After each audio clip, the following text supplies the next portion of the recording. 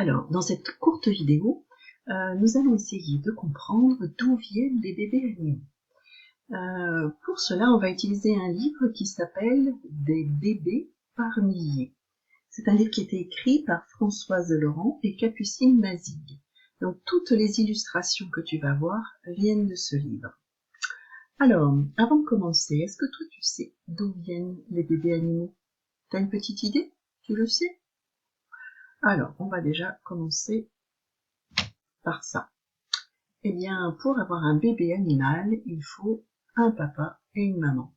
Alors, on utilise plutôt le mot un mâle et une femelle. Un mâle, ça veut dire le papa, et une femelle, c'est la maman.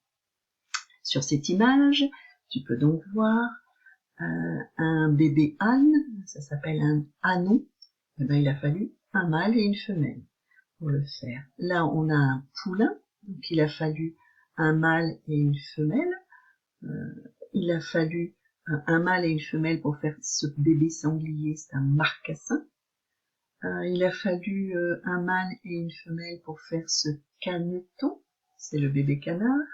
Il a fallu un mâle et une femelle pour faire ce bébé varan, qui est une sorte de gros lézard. Il a fallu un mâle et une femelle pour faire ce héron. Voilà.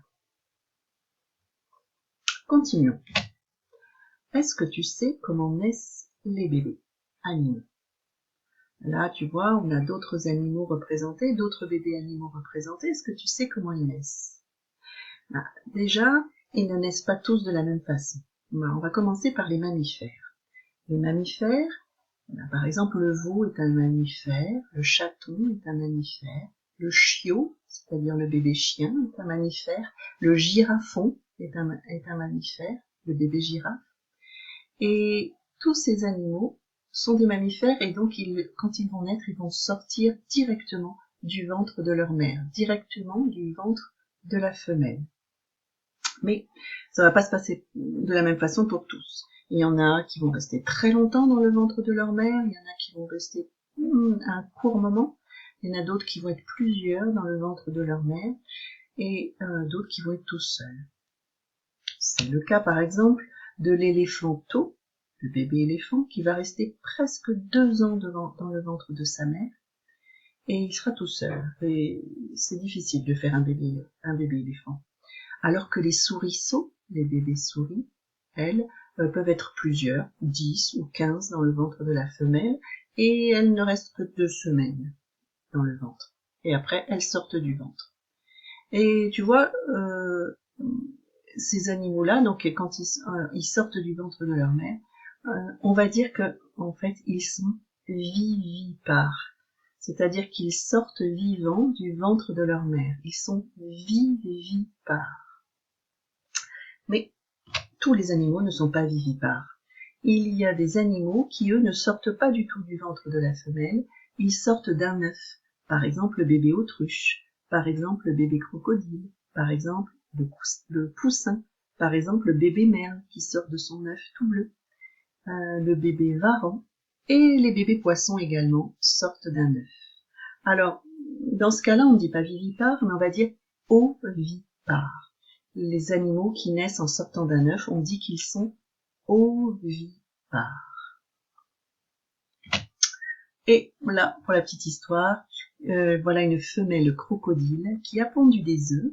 Les bébés crocodiles sont en train de sortir de leur œuf et elle va les surveiller en les mettant dans sa gueule pendant 3 mois pour ne pas qu'ils se fassent manger par des prédateurs, par d'autres animaux qui voudraient dévorer les bébés. Et donc elle va les protéger dans sa gueule. Alors, ton travail à toi maintenant. Tu vas devoir partager une feuille en 2. D'un côté, tu vas écrire le mot vivipare.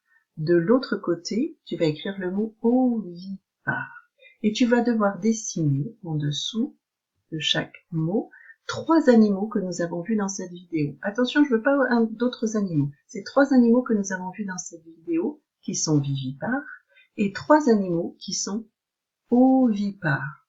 Bien sûr, si tu te souviens plus trop, tu as le droit de refaire la vidéo, de la regarder de nouveau. Par exemple, dans la colonne ovipare, tu pourrais dessiner un crocodile. Une fois que tu as fini ton dessin et tu essayes d'écrire le nom de l'animal en dessous, tu vas écrire par exemple crocodile. Voilà. Eh bien, à toi de jouer et garde précieusement cette feuille, nous allons en avoir besoin une autre fois. Voilà, allez, bon courage!